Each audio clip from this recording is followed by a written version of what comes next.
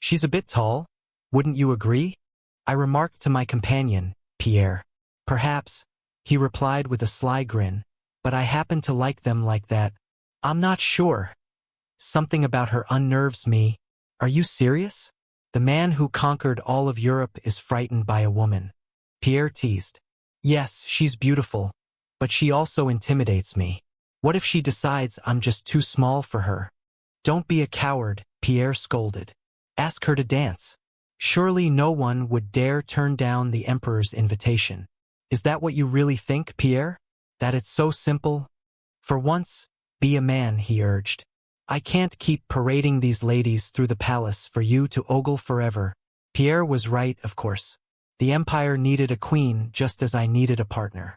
Summoning all the courage I had, I strode toward her, my sword clinking audibly against the floor with each step.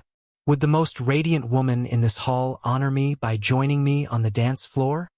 I asked with as much confidence as I could muster. She turned her head, her gaze sweeping the room to locate the voice. Her eyes darted left, then right, but she never thought to lower her gaze. Letting out an exasperated chuckle, she returned to her previous conversation. I'm down here, I nearly shouted, my frustration bubbling over. Finally, she looked again, this time catching sight of me. Her gaze, the most mesmerizing I'd ever encountered, locked onto mine. After a moment, she leaned down slightly, bending at the waist to get a closer look.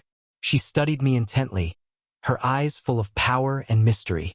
I felt my chest swell with pride under her attention, and perhaps other things swelled as well. And what can I do for you, little one? She said with a bemused smile. Little one? I sputtered. Madam, I am Leon, Emperor of all France, and I wish to dance with you. Oh, my apologies, dear Emperor, she said, her voice dripping with mock sweetness. Yes, let us dance. I reached out to take her in my arms. Well, I tried to, but my reach barely encircled her hips. Awkwardly, I grasped her firm backside instead, attempting to keep pace. Her scent was intoxicating, drawing me closer, while my eyes were level with her navel. I couldn't help but wonder, when was the last time she bathed that most intimate area? We swayed to the music, losing ourselves in its rhythm. Her movements fueled a longing in me like nothing I'd ever felt before. My hands kneaded her cheeks as her pelvis brushed against my face in time with the beat. When the music finally ceased, she cupped my ears, trying to wipe her nose from my face, and I shivered with pleasure. The room fell silent, every eye fixed on us. What's the matter? Haven't you ever seen a man dance with a woman before? I called out to the onlookers. Pierre, now doubled over in laughter, retorted, I don't think anyone's ever seen that kind of dance in public before, and that, dear friends, is how I met my wife. A few years later, we had fallen deeply in love and courted in the proper fashion. This woman, this Amazon, bewitched me with her beauty and charm, making me feel 10 feet tall in her presence. She confessed her love daily, kissed my forehead, and called me her sweet little man. When we made love, her laughter afterward confirmed her satisfaction. She would giggle uncontrollably for hours. Tiffany, that's the name she goes by, though I doubt it's her real one, claims she spends hours at the gym to maintain her beauty for me. Yet, oddly, her derriere has only grown larger, not smaller. She believes I'm blind to her infidelity, but as a ruler with vast resources, I'm well aware. Though I could defeat any enemy on the battlefield, I am no longer enough for my wife. The betrayal gnaws at me, and I've even considered a more final solution. The guillotine comes to mind. But no, that would hardly be civilized. Instead, I've resolved to pursue divorce. Proof of her adultery is all I need, and with my control over the courts, that will be easy to acquire. The next morning I awoke early. Tiffany had already left for the gym. Determined, I summoned 30 of my finest soldiers and the artist jock, known as Stinky Jack, to gather evidence. We crept to the gym's back windows, our sabers clinking noisily despite our efforts. Luckily, the blaring music drowned out our approach. Through the glass, I saw a room filled with women attempting to follow the exaggerated movements of a bassoon-shaped instructor. Their bodies swayed and bounced to the beat, a sight that distracted my soldiers entirely. "Disperse," I ordered, motioning for them to spread out and watch. Meanwhile, Jacques began sketching the scene. But as I scanned the room, my wife was nowhere to be found. Moving window to window, I finally spotted her. Tiffany, reclining completely nude on a chaise lounge. Calling Jacques, I directed him to capture the incriminating moment. Meanwhile, the soldiers, now fully distracted by each other, were of no use. Through the window, I watched a grotesquely muscular man approach Tiffany. Anger surged within me, yet I couldn't look away as he claimed her with reckless abandon. My fury mingled with other feelings. Suddenly, she cried out in ecstasy, and the sound startled me. I lost my balance and tumbled from the wine crate I'd been standing on. Her gaze shot to me in horror, realizing I had witnessed everything. Enraged, I ordered the soldiers to apprehend her lover and throw him into the Bastille. Let him face justice, or better yet, Bub, the giant black prisoner. After that day, I abandoned conquest entirely. I even sold my lands in the New World. Though I loved Tiffany, I could not forgive her.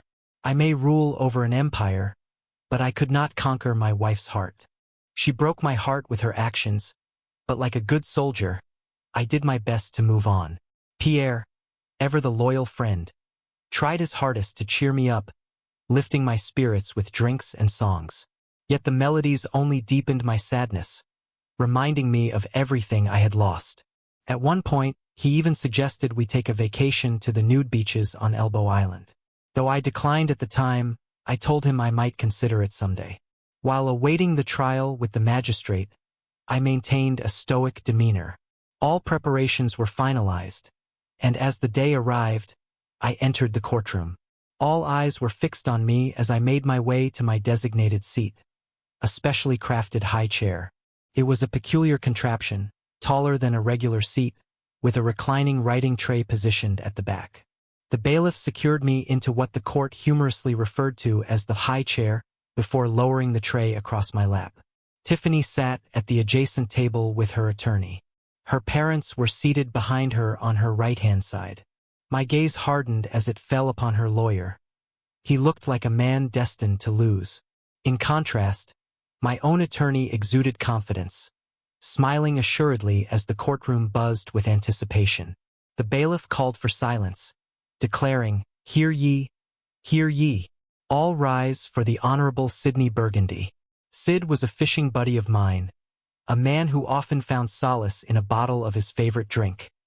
Burgundy, naturally. As he took his seat, I couldn't help but hope he was nursing a hangover. Perhaps he'd speed through proceedings so he could get back to bed. Sid shot me a thumbs up as he took his place, and I caught sight of Tiffany's lawyer visibly trembling, as though he'd just wet himself. My attorney began, presenting our case to Sid and the gathered audience. He detailed the reasons behind my suspicions of Tiffany's infidelity, and as his hour-long account unfolded, the courtroom fell silent. Meanwhile, Tiffany sat there with a coy smile, recounting her escapades like a woman lost in a story. I couldn't take my eyes off her as each lover was named, her demeanor as nonchalant as if she were discussing the weather. My lawyer, Max, had an exceptional talent for weaving words, and by the time he finished recounting my wife's scandalous deeds, not a dry pair of undergarments remained in the room. Tiffany's mother sat there, utterly dumbfounded, as though she couldn't believe her daughter capable of such behavior. Her father, blushing deeply, seemed to regard Tiffany with an unsettling mix of shame and something else entirely. Max then called Stinky Jacques to the witness stand. One by one, Jacques presented his sketches, images of Tiffany locked in passionate embraces with her lover. These drawings served as damning evidence of her infidelity. Tiffany's lawyer slumped forward, burying his head in his hands as tears silently escaped him. Sid, meanwhile, scrutinized each sketch with a lecherous fascination, licking his lips and folding his arms as he alternated between studying the images and casting glances at Tiffany. The man was a lecherous scoundrel, and I wasn't surprised when he abruptly announced a recess. The bailiff removed the tray from my chair, releasing me, and Sid whisked the sketches away to his chambers, ensuring no one else would have the privilege of seeing them. The court adjourned until later in the afternoon. During the break, I found myself questioning my decisions. Was divorcing Tiffany a mistake? Either way, I knew public perception would be unkind. If I stayed with her, I'd be ridiculed as a weak emperor. Yet divorcing her seemed to confirm my inadequacies as a husband. To divert the public's attention, I sent an army to beat the living daylights out of the Italians. When the court resumed, Sid winked at me, and I could have sworn he winked at Tiffany as well. He asked Max if there was any additional evidence or witnesses. It seemed like Sid was angling for more salacious drawings to gawk at. Max declined to call further witnesses, choosing not to involve the 30 soldiers who had been, shall we say, less than professional outside the gym windows. With no further evidence, the floor was turned over to Tiffany's attorney. The man, clearly defeated, simply mumbled that he'd like to become a grape farmer and that his client had agreed to the divorce. I had anticipated a much greater fight and was prepared to wield all my power to show Tiffany who ruled the household. After the court adjourned, I approached her and demanded to know why she had subjected herself to such a humiliating trial. "Didn't you see the way all the men in the courtroom looked at those sketches of me?" she replied. "That's the look I crave. The look of raw lust. Didn't I ever look at you that way?" I asked. "Oh, mon chéri, it's not the same. And besides, your dignity is much too small." The sting of her words left me hanging my head in shame as I exited the courthouse. Not long after, 2 burly men in black cloaks captured me, carrying me aboard a waiting ship.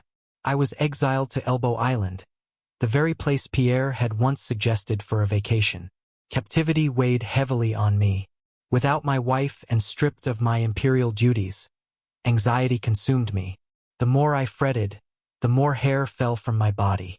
By the 2nd month of exile, I awoke one morning after a bath to discover I was completely hairless. But my new appearance didn't stop me from my daily visits to the nude beach.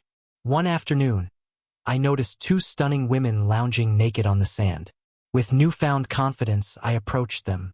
Louise exclaimed, "Look at this cute little baby. He must be lost. Where's his mommy?" She laughed, adding, "Look at him. He's enjoying our nudity. How adorable. Don't tease the poor boy, or you'll make him cry," Louise said, pulling me into her naked embrace. Her arms wrapped around me, and without thinking, I began kissing her chest. "Ooh la la. He must be very hungry," Louise cooed. "Let him nurse on me too," she chimed in. For the first time in my life, I shared intimacy with 2 women simultaneously. It was an experience that rejuvenated my spirits. These 2 mommies eventually helped me escape the island in a baby stroller. With their support, I regained control of the empire, and my hair grew back, though Louise insisted on keeping me smooth. "Much nicer to kiss the little man in the boat without getting a mouthful of seaweed," she'd tease. "And now, my friend, it's time for the 4 o'clock feeding. Au revoir."